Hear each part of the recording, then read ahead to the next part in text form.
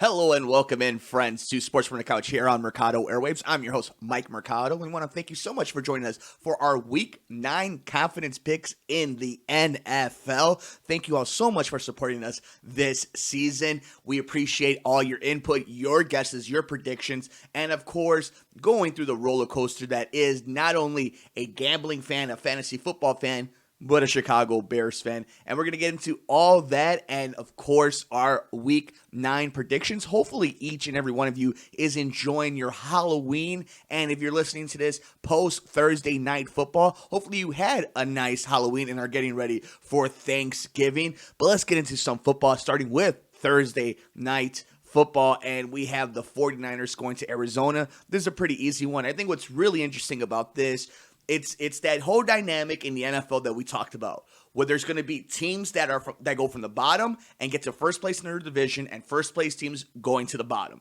It's the NFL is a rotation like that. It's very cyclical when it comes to how teams could get better, faster with draft picks, impact players, and you're seeing that with San Francisco. And watch next year, they'll finish 7-9 like this, probably like this Bears team is going to. And we go ahead and move on. We'll get to that Bears talk in just a little bit. Houston and Jacksonville. This is going to be an interesting matchup. No J.J. Watt for Houston, who had a pec surgery. He was out for the rest of the season.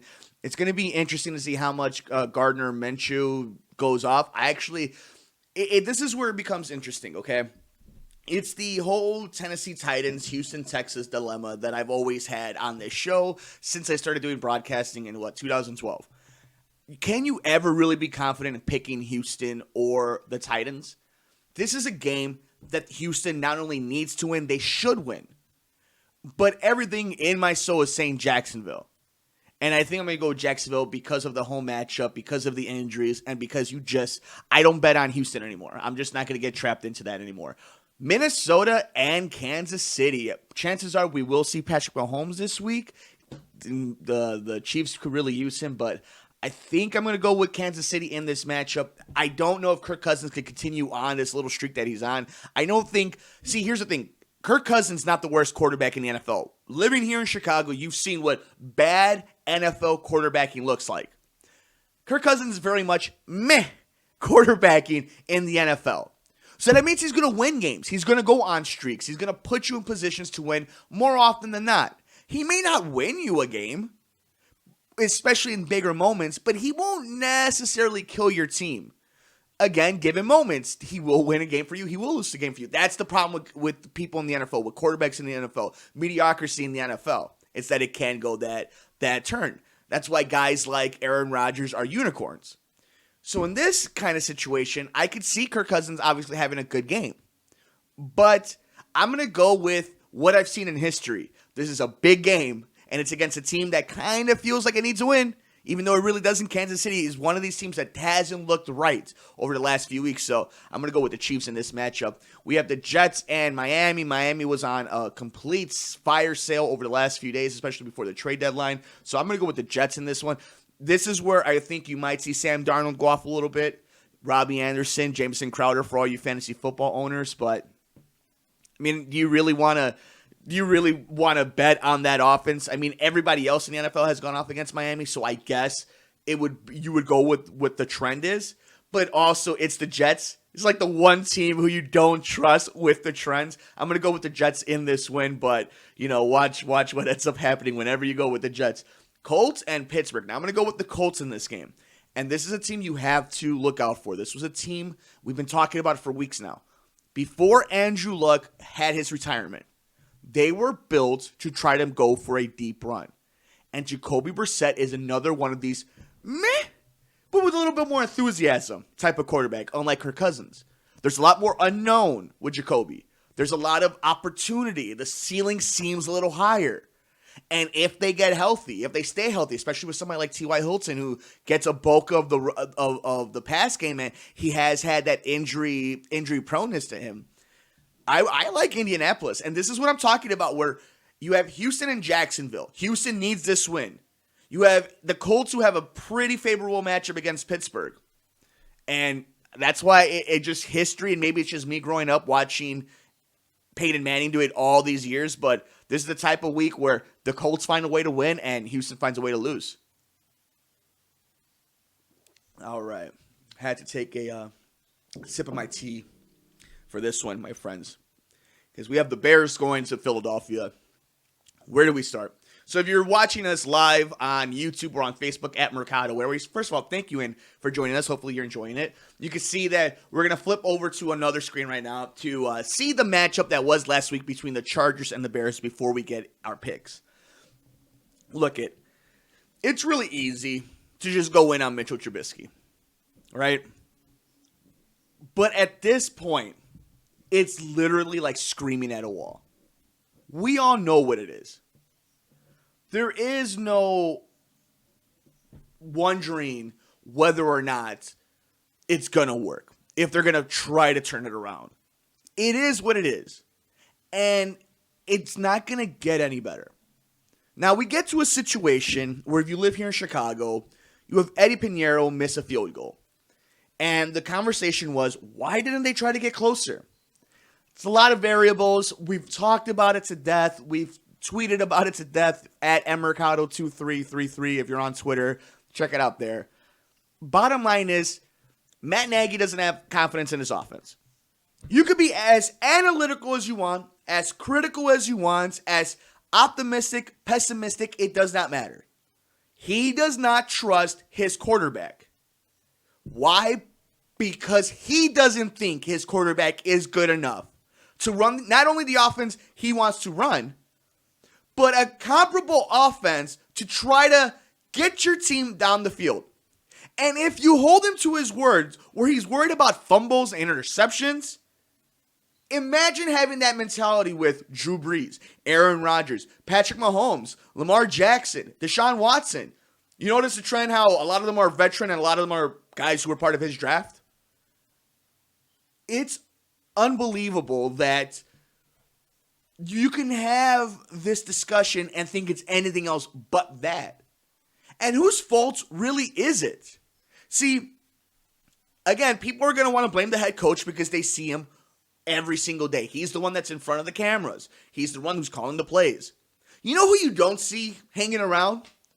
Where's the general manager of this Chicago Bears team? You know, the guy who scouted Mitchell Trubisky, you know the guy who traded draft picks to go number 2 to get that quarterback, the same draft that has Patrick Mahomes and Deshaun Watson? You know the one who brought in Mike Glennon? You know, it's interesting how all this backlash is heading on the head coach that can't run his offense, that the offense doesn't look good.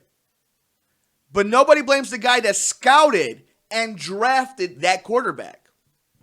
Now, here's an example if you think this is just a one-time thing and you don't want to take into account the Mike Glennon contract. He wanted Marcus Mariota. Now, let me ask you this. The ceiling probably is a little higher on Marcus Mariota, right? Does that really, though, sound like the guy that you want to be able to pick your third franchise quarterback in this scenario where he was willing to try to get up to Marcus Mariota? He did go up to get Mitchell Trubisky.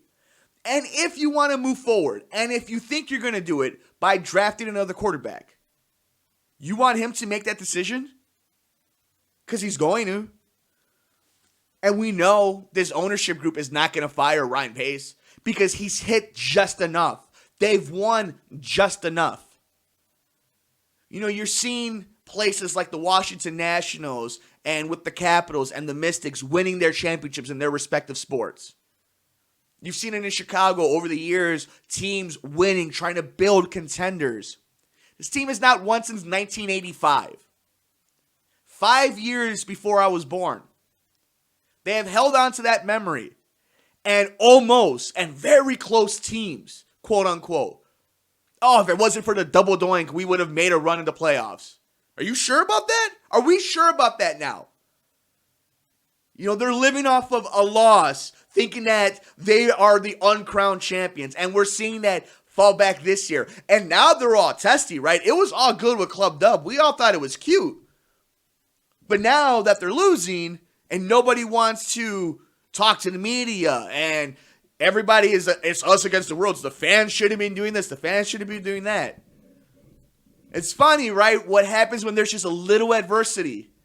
And you see it with certain teams, right? Do you ever see the New England Patriots get rattled? But look at what's going on in Cleveland. Look what's going on in Chicago. Very rattled people.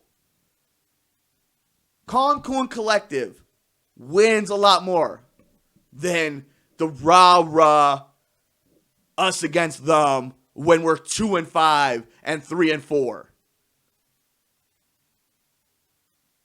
This team is going to finish 7-9, 6-10. I made that prediction. And that was a prediction that wasn't out of anger or out of seeing this garbage. That was just, outside looking in with some perspective. Just a little bit, Would be disappointed. Would love for them to make a run. That seems like fool's gold at that point. Them even making a run. Needed to take another drink of my tea there. And I'm not rooting against them. Nobody is. Nobody's rooting against them. But you have to be willing to own your mistakes and move forward. And we haven't seen that from this team. So with that, I'm going with the Eagles. Watch. The Eagles, are a mess themselves. They're a team that could totally screw it up. And the Bears put up 40. Never mind. 40 points, my ass. I'm going with the Eagles. I'll stay with that. We have the Titans going to Carolina. Looks like Kyle Allen's actually human and not as good as Cam Newton. Who would have thought? I will go.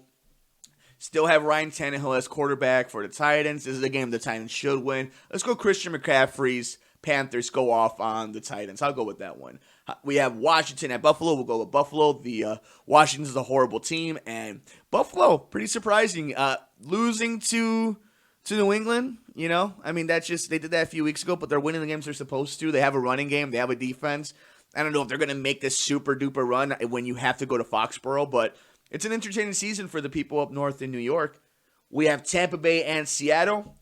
This is my most intriguing matchup of the week. You have two offenses that can absolutely put points on the board against two bad defenses. Seattle should hold court, should win. This kind of smells like a Jameis Winston 4-touchdown, 3-interception game. You have Godwin go for 2, and Mike Evans goes for 1, and freaking Ronald Jones has 1. Like, it seems like it's a crazy game to go up. I'm gonna go with an upset on this one. I'm gonna go with Tampa Bay. I think Seattle has a real chance of making a Super Bowl run. But they're gonna have a hiccup. It's early enough in the season still. And in confidence, you want to try to get a point here or there. I'm not going to put a lot of confidence picks in this one, but I think Tampa Bay has a good chance of putting some points up this week. We have Detroit and Oakland. Here's another interesting one. Oakland's kind of feeling themselves at some points this season. Detroit is a team that doesn't feel like they're the bottom of their division. Think I'm going to go with Detroit in this game. We have Cleveland at Denver. Look at Joe Flacco's not quarterbacking. Cleveland has to start winning some games. This is a fool's errand game where the Browns win and they start puffing their chest a little bit, and all of a sudden, are the Cleveland Browns back? This is a Cleveland Browns win. Very overreaction type of game. The Packers head to Los Angeles to play the Chargers. Speaking of the team that beat up on the Bears, I'm gonna go with Green Bay in this one.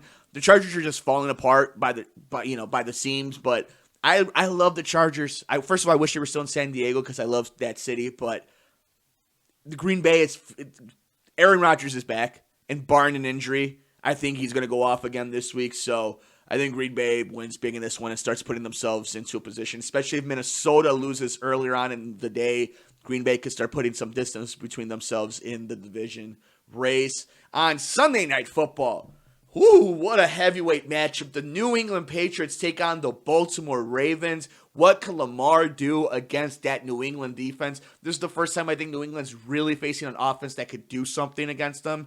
I think with Mark Ingram and Lamar Jackson and Hollywood Brown, I think they have a chance to put up some points. It's interesting. This is the type of game where it's one of two ways, right? And this is just history. This is just what I've seen, my perspective of what I could see down the future. New England and Baltimore. This is a game that could go one of two ways, scenario-wise, and it'll lead down to the road of this. If New England wins this game, and has home field advantage in the playoffs. This would be a game where maybe Baltimore didn't put everything on film. Maybe New England overestimated just a tad bit. And when we get to that game, you see Baltimore sneak one at the very end to get to an AFC championship or perhaps a Super Bowl.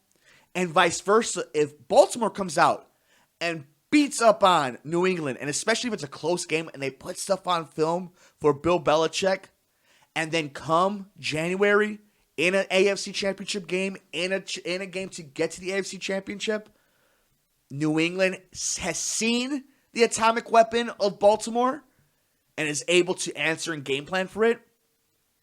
This is a very fascinating, interesting matchup for maybe down the road because it's very New England-ish. It's very much AFC powerhouse-ish type of stuff. This doesn't happen in the NFC. I'm an NFC fan. It's much more just head-to-head brute matchup. This kind of seems long-term, long-road scenario because it is New England. So I'm going to go with off the bye. I'm going to go with Baltimore. This seems like a game that New England loses, bounces back with, has film, and then come January, they make the Ravens pay later on. And on Monday Night Football, the Cowboys visit the Giants. At least this time on Monday Night Football, we have one team that has a real chance of making the playoffs. I'm going to go with the Cowboys on this one. I think their defense is going to get to Daniel Jones. It's going to be interesting to see what Zeke does against this Giants defense. Can Dak put another notch under his belt to get that money this offseason with a contract? I'm going to go with the Cowboys, and they need to start putting themselves some distance in between them and the Eagles for the division race. So those are our picks, and now we need to go through and put some confidence points in these bad boys. And I'm pretty confident in putting, as I'm looking through right now, just one last scan, some interesting matchups this week. So, I guess I'll put 14 on San Francisco beating Arizona tonight just because Arizona is that bad. I don't like Thursday night matchups, but it seems to be the most favorable this week. So I'll head in that direction. I guess I will put... It's a tough week this week because some of the... Okay, you know what? I will put...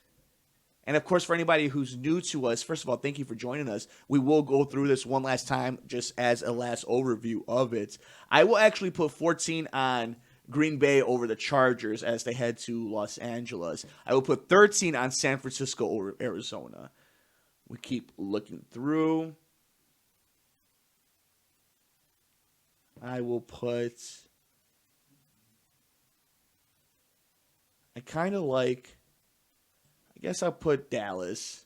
It's one of the rare times we can actually put points on Dallas because it's not a game that really matters. So, if it's a playoff game, I'm not really willing to put that much on Dallas, but I'll put 12 on them in a regular season Monday Night Football game. With 11 points, I'm going to put 11 points on the Colts. I will put, so I keep looking through here, I will put... Interesting. I talked all that smack about Cleveland. Do I really want to put them up at 10 points? Not really feeling it. I guess I'll put 10 points on Buffalo. Why not? Again, a team that I wouldn't put 10 points on during the playoffs, but I sure as hell might do it on a Sunday afternoon. You keep looking through here. 9 points. That's an interesting spot. I think I'm willing to put 9 points on Cleveland. No, again, that's a little too high for Cleveland. I'm not. You know what? I'll put 9 points on Kansas City over Minnesota. I'll put 8 points on the Jets over Miami. I'll put 7 points on Philly over Chicago. I'll put 6 points on Carolina over Tennessee. You know what? I'm going to put more confidence in Christian McCaffrey. I'm going to throw him up to 8 points. Lower down everybody just a little bit. And then I will put 4 points on Cleveland over Denver. 3. You know what? I'll put 5 points on Cleveland. I'll put 4 on Jacksonville over Houston. put 3 on Tampa over Seattle, 2 on Detroit over Oakland. You know what? I'll put 3 points on Baltimore over New England just so I could get a couple extra points if Baltimore pulls it off. And we'll put 2 on Tampa over Seattle and 1 on Detroit over Oakland. So let's bring this bad boy up for all you who are listening to us on Mercado Airwaves here on Sports from the Couch as we make our Week 9 picks in the NFL. We put 14 points on Green Bay over the Chargers. We put 13 points on the Niners over the Cardinals. 12 points on Dallas over the Giants. 11 points on the Colts over the Steelers. We have 10 on Buffalo over Washington. We put 9 on the Kansas City Chiefs over the Minnesota Vikings. 8 points on the Panthers over Tennessee. 7 on the Jets over the Dolphins. 6 points on Philadelphia beating the Chicago Bears. 5 points on Cleveland over Denver. 4 on Jacksonville over Houston. 3 on Baltimore beating the Patriots. 2 on Tampa over Seattle. And 1 point to Detroit Lions beating the Oakland Raiders. Let us save that and let us thank you each for joining us here on Sports from the Couch here on Mercado Airwaves as we made our Week 9 picks in the NFL. And for all you UFC fans, we just interviewed Kelvin Gastelum, who will be fighting Darren Till at UFC 244 in Madison Square Garden, headlined by Masvidal versus Diaz. Make sure you guys check that out on the network, and make sure you check out everything else we have in the universe when it comes to our podcast and videos. You can follow me on Twitter at mmercado2333. You can follow the network at Mercado Airwaves. I'm on Instagram at MikeMercado2333. Like us on Facebook at Mercado Airwaves, and on YouTube, youtube.com/MikeMercado2333, where you can watch a video of us making our confidence picks along with other cool stuff. Please like, rate, review, share, and download our podcast wherever you get your favorite podcast. Ad-free and before anybody else. You can get the interviews that we could do here on the podcast network with athletes and celebrities at patreon.com/Mercado Airwaves. Look up Mercado Airwaves while you're looking up your favorite podcast as well. Thank you all so much. Enjoy the games. We'll see you next time here on Mercado Airwaves. I'm Mike Mercado.